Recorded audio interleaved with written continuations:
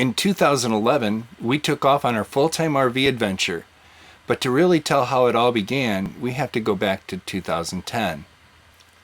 We were supposed to head to Colorado to see family. With the economic downturn still playing out in Michigan, we didn't have a lot of money, but we still decided that with some careful planning, we would be able to pull it off. We bought a 23-year-old pop-up camper for $500. While Barry started fixing it up, I was on the internet mapping out inexpensive places to camp on the way and in Colorado. I also found free or very inexpensive places to stop on the way. We set aside envelopes for groceries, gas, each campground, and the different attractions we planned to visit. We made a lot of sacrifices for several months to slowly put money in each envelope. We were extremely disappointed when circumstances beyond our control caused us to make the hard decision to cancel the trip. This was especially difficult for the girls, who had been very much a part of the planning. Instead, we decided to do some camping in our own state of Michigan. This would allow us to spend a fraction of the money we had saved, and we could easily return if needed. We made one rule. We could only visit places we had never visited before, but other than that, we could go wherever the wind blew. We called it the No Plans Vacation. In the meantime, things continued to get worse in Michigan and for us. Our lawyers strongly advised us to let our house go, but we tried our best to hang on, and we thought we were going to be able to do it. We had started a new business, Evmicna Graphics, that was finally starting to take off. I found a credit card processing company that worked fine at first, but then all of a sudden, they would not release our money. I went back and forth several times with several agents who thought that the problem was solved only to have more money withheld. I didn't have a lot of work, but I had enough. My clients were paying, but the processing company would not release our money. This caused us to miss our first house payment, then a second, and then a third. Finally, we got to the bottom of the issue. On the forms I had initially filled out, I put my business as being Evmicna Graphics, but my bank account was Evmicna Graphics LLC. For some reason, this caused the glitch. We approached our lender and tried to explain this to them, even producing paperwork as proof that we had the money, but it was being held. We even came up with enough money to cover some of what we had owed, but they said that they would not accept anything. It was all or nothing. We went to them more than once, but each time it was the same, all or nothing. In the meantime, we were camping at various places around Michigan. We would stay as inexpensively as possible and would go home to take care of our yard, do laundry, and meet with new clients. We really believed this glitch would all work out and that the lender would eventually work with us. So we hiked, biked, swam, enjoyed campfires, and visiting new to us areas of Michigan. The pop-up was in such bad shape when we bought it that all I had to do to remove the floor was to sweep it out. I decided to make it better than ever, and I used 3 1/4 inch plywood to replace the floor and the walls. Oh, it was very sturdy, but a little out of alignment because I used thicker wood than the original. This was really only noticeable when we raised the canvas, and it didn't meet the camper in the corners. We used duct tape to cover the gaps, so we named it the Duct Tape Ghetto. It wasn't the prettiest looking pop-up. We would even see people laughing at it as they walked by. But hey, we had a great summer in it.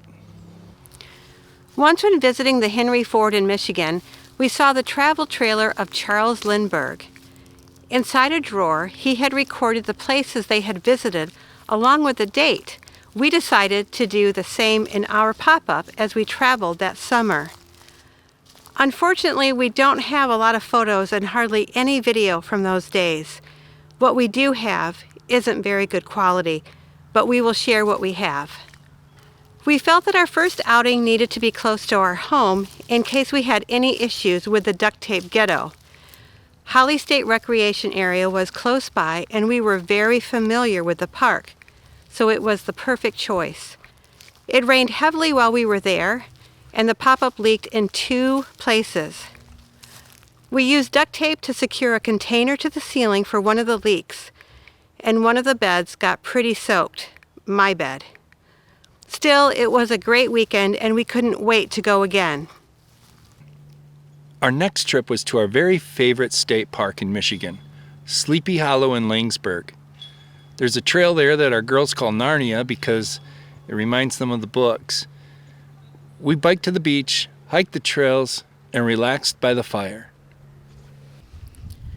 For the 4th of July, we went to Port Crescent State Park, which is at the tip of the thumb in Port Austin. We had heard it was a great place to see fireworks. Unfortunately, the waterfront was under construction, so we couldn't get near the water, but we still had a great night. The air conditioning had gone out in our Suburban, which usually would not be that big of a deal in Michigan, but this particular weekend was in the 90s. When we got to the state park, we set the camper up and immediately headed to the beach to cool off. The girls loved the shallow waters along the coast. Metamora Hadley Recreation Area is not far at all from where we lived, and yet this was our first visit. We had a lot of rain while we were here. In fact, the lower campground flooded. Still, we had such a great trip that this trip was the beginning of many future trips into this beautiful park. Our next stop was Tawas Point State Park, which is often called the Cape Cod of the Midwest. It didn't take us long to fall in love with this place. Our youngest enjoyed the Michigan Explorers classes offered by the staff. We enjoyed window shopping in town, hours of swimming, hiking, biking, and watching the gorgeous sunsets over Saginaw Bay and Lake Huron. I grew up in Michigan, but still had not spent much time on the Lake Huron side. We found so much to do in the Rogers City area while we camped at Heft State Park. We visited the lighthouses, the world's largest limestone quarry. We learned about Michigan's shipping industry and the shipwrecks at the Great Lakes Lower Maritime Museum. We dug for fossils, walked way out into Lake Huron, watched ships come and go, and we hiked through the beautiful woods bordering Lake Huron. After heading home for a few days, we drove south to Algonac State Park. This was the most unique park we visited all summer. We couldn't get a site right on the St. Clair River, but we were close enough to see the ships go by and didn't have to walk far to see them up close. Every morning we were awakened by foghorns. It was here that we broke our rule of not going to a place we had previously visited. We were close to Metro Park, and while I had never been before, Barry and the girls had. With the water slides and pool, it was just too much to resist.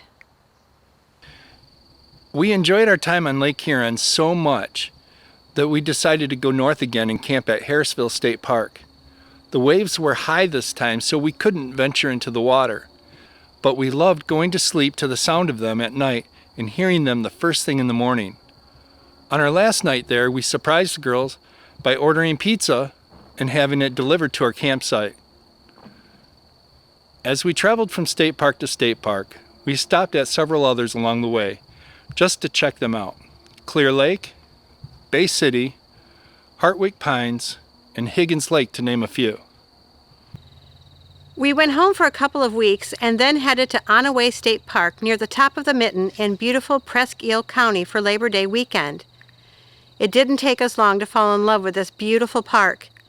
We wanted to be right on Black Lake, but all those sites were taken.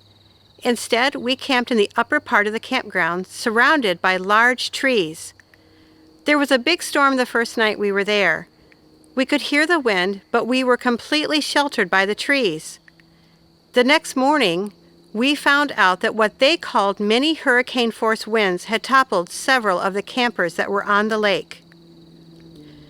Over that weekend, we visited Akiak Falls, a local cider mill, and did a lot of hiking.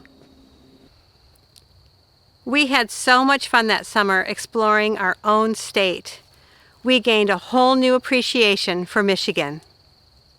It was at Onaway State Park that we finally realized and accepted that we were going to lose our home. We had fought for it all summer, even meeting with our lender's lawyer to try to come to an agreement to no avail. This was really going to happen. Suzanne and I sat up most of the night trying to figure out where we would live. We didn't like our options. The next morning, we were sitting around the fire watching RVs come in and go out of their campsites. We often dreamed about taking off with our girls in an RV to see the United States. So here we are at the end of 2020, when many families are going through the same thing we went through. We face the emotions of loss, fear, embarrassment, and even anger. As midnight approached on the deadline of losing our home, we were still awake, praying and afraid for our future. At 12 a.m., we looked at each other and said, "We've just lost our home." Probably one of the hardest parts of this for us was what this did to our girls. Watching them go through this as parents was so difficult. We couldn't sugarcoat this, we couldn't make it go away, and they had to go through this with us because they were going to face losing their home also. We went to bed totally defeated, but the next morning the sun still rose. We had the blessing of our children and each other and our faith. We had 11 months to figure out how to make this work. As we took off on our full-timing adventure, we didn't speak of this to others, and rarely even to ourselves. We wanted a clean slate and needed to put this behind us. About 3 years later, we were in church in Gulf Shores when a friend of ours, a successful businessman, spoke on the struggles his family had faced. All 5 of us were shocked to hear that they also lost everything. A couple of months later, we found out that our Sunday school teacher, another successful businessman, had gone through the same thing. The circumstances are never the same, the answers are never the same, but for everyone, there can be hope. This is how God worked in our life, and we pray that He will do the same for you. If you are facing this, we wish we could tell you what to do or promise you that everything will work out. What we can tell you is that you aren't alone, just as we found out through our friends that we weren't alone. If you need encouragement or someone to pray for you, please reach out to us in the comments below or through Messenger or on our Facebook page. Our next videos will be about our trip to Seattle. If you like our videos, please give this one a like and consider subscribing to our channel. Make sure you hit the notification bell so you know when future videos have been uploaded.